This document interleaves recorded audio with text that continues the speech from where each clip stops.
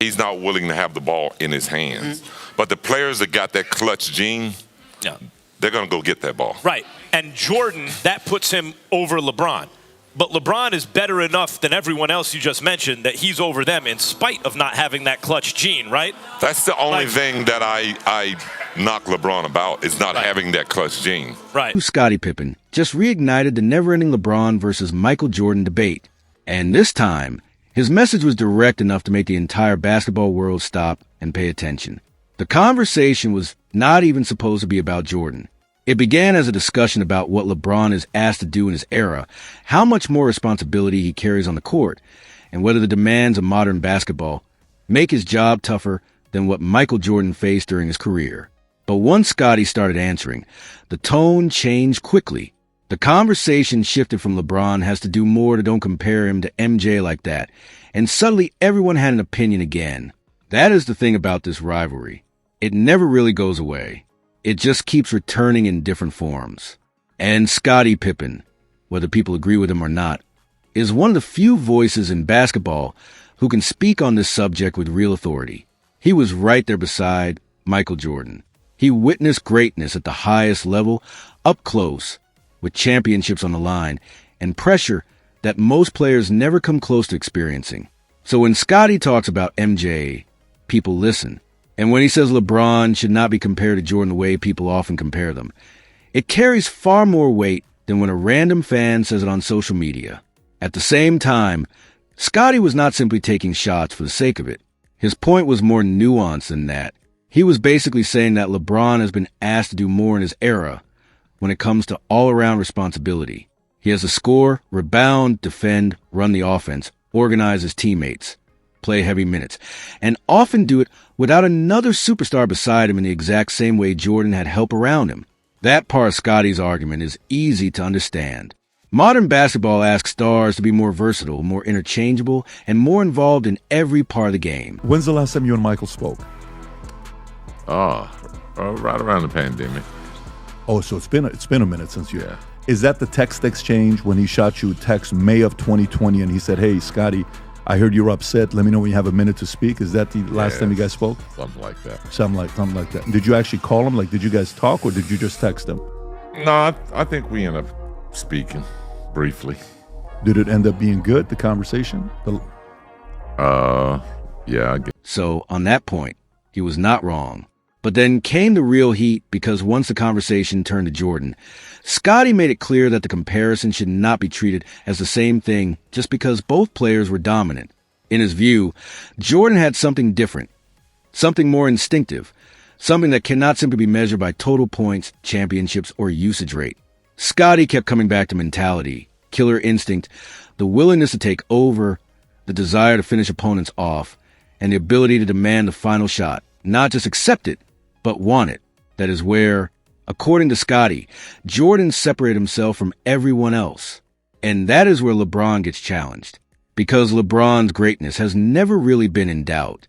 Not seriously, not by anyone paying attention. He has been one of the most complete players the league has ever seen. He can pass like a point guard, score like a wing, rebound like a forward, and control the pace of the game in a way that very few players ever have. That is not a made-up argument. It is real. But the criticism Scottie was hinting at is the same one that always follows LeBron in these Jordan debates. Does he have that same ruthless instinct when the game reaches those final, pressure-filled moments? That is the heart of the discussion. And Scottie did not back away from that question. He basically said Jordan entered the league with that mentality already built into him. He did not have to develop it over time. He did not need years to build that edge. He arrived with that killer instinct already inside him. That is what Scottie values so highly. Not just raw talent, but the mindset. The part of the game that cannot be taught, cannot be created, and cannot be faked when the pressure is at its highest. That is also why he brought up players like Kobe Bryant, Paul George, Kawhi Leonard, and even Russell Westbrook. In Scottie's view, each of them carries some version of that same edge. Maybe not in exactly the same way, but enough to understand what he means when he talks about the instinct to take over and close out a game. Scottie was basically saying that some players are born with it, some develop it later, and some never completely reach that level. And in his mind, Jordan had it from day one. LeBron, while still great, had to build it over time. That distinction matters a lot to people who value clutch performances above everything else. Of course, that led to familiar pushback, because every time someone says LeBron does not have Jordan's clutch gene, another group responds by saying, hold on. He has still made huge shots, carried teams, won big games, delivered under pressure, and accomplished more than almost anyone else ever has. That is fair, too. It is not as if LeBron has never taken over late in games. It is not as if he lacks unforgettable playoff moments. He absolutely has them. There are too many legendary performances throughout his career to ignore. But Scottie's argument is not about whether LeBron has clutch moments. It is about whether that clutch instinct defines him in the same way it defined Jordan. That is a much more specific question. And when you look at it that way, the debate becomes even sharper. Another important part of the conversation was defense. Scottie pointed out that LeBron is not always playing defense with the same intensity that people praise him for on offense. That was also part of the criticism in the source. LeBron is constantly celebrated for the things he still does well, especially when he scores, throws down dunks, block shots, or makes highlight plays that show off his longevity. Whenever he does something remarkable at his age, people say he is defying time. They call him the greatest 40-something athlete ever. They say he is still in his prime in certain ways, or at least still producing at a level that almost no one should be able to reach this late in a career. Thing he ever did. Get him. You know what? I find that comment there just hating. You know, I've never seen this guy embrace or thank Michael Jordan for what he's done for the game, done for our league, done for all the kids out here in terms of basketball. But the moment someone asks him to dive for a loose ball, chase every possession, or bring the same defensive intensity on the other end, the conversation changes. Suddenly the excuse becomes age. Suddenly he is too old to do it on every play. Suddenly the expectations are considered unfair. That is the inconsistency Scottie was pointing out. In other words, if LeBron deserves all the praise when he looks incredible, then he also deserves criticism when his effort slips on defense. You cannot have it both ways. That was one of the strongest points Scottie made. Greatness comes with accountability.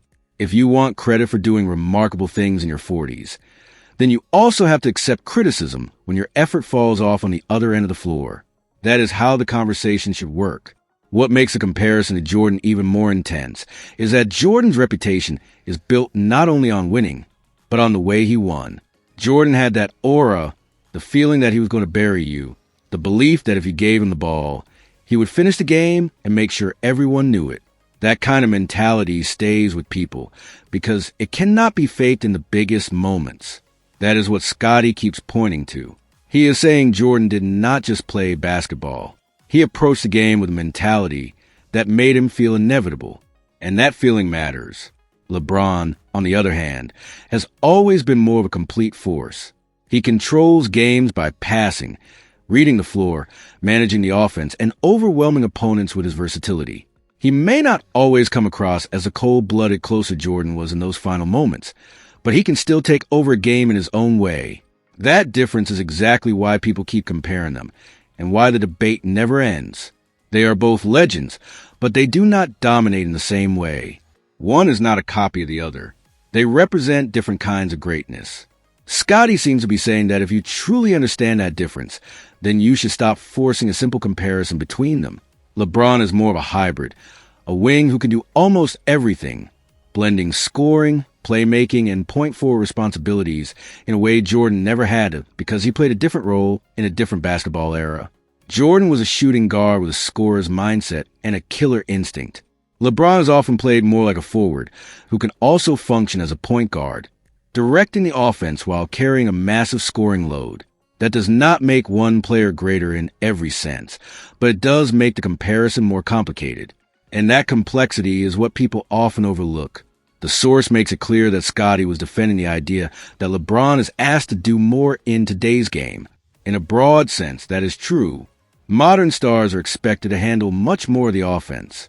They are expected to be the focal point, the initiator, the closer, the face of the franchise, and the player who can carry the team when a roster is not perfect. Jordan played in a different era with different spacing, different expectations, and a different style of team basketball. That matters. No serious person should pretend both eras were exactly the same. But the real reason the Jordan comparison never goes away is because fans are not just comparing numbers. They are comparing feelings. They are comparing impact. They are comparing the emotional weight of the biggest moments. Jordan supporters point to his perfect 6-0 finals record and the legendary aura surrounding those championships. LeBron supporters point to his longevity, versatility, his ability to carry weaker teams, and the level he has maintained at this stage of his career. Both sides have their arguments. Both sides have their evidence. And both sides will keep debating it forever. That is why Scottie's comments carry so much weight. He is not just adding another opinion to the conversation. He is speaking as someone who lived through the Jordan era and understands what made it special. When he says LeBron should not be compared to MJ in exactly the same way, it is because he believes there is a real difference in mentality. Scottie is not denying LeBron's greatness. He simply draws a clear line when people try to place him in the same Jordan mold, as if the comparison were straightforward. It is also interesting that the conversation kept returning to how much LeBron is asked to do, because that is part of the legacy debate itself. If a player has to score, defend, rebound, run the offense, and make everyone around him better, that is an exhausting responsibility. Most great players are not asked to do all those things at once for this long. LeBron has carried that burden for years. That absolutely deserves respect. But as Scottie pointed out, if you want to be judged alongside Jordan, then the standard has to include everything, not just the highlights. Michael Jordan is the greatest player to ever put on shoes and play in our game. No doubt about it. I'm always asked about questions to compare him to LeBron. I try to make the best of it. You try to make the best of it? I've tried to make the best of it, but really, the comparison shouldn't ever be made. That means defense, effort, rebounding, and stepping up when the game gets tough. Scottie believes Jordan brought a different level of intensity, which is why he rejects easy comparisons. To him, the GOAT debate is not just about stats or rings. It is about mentality. He believes Jordan always embraced the biggest moments, while LeBron grew into that over time. That is why the debate never ends. LeBron fans value versatility and longevity, while Jordan fans point to killer instinct and dominance. Scottie's message is simple. Those are not the same thing. If you enjoyed this breakdown, subscribe for more NBA debates, and let us know your thoughts in the comments.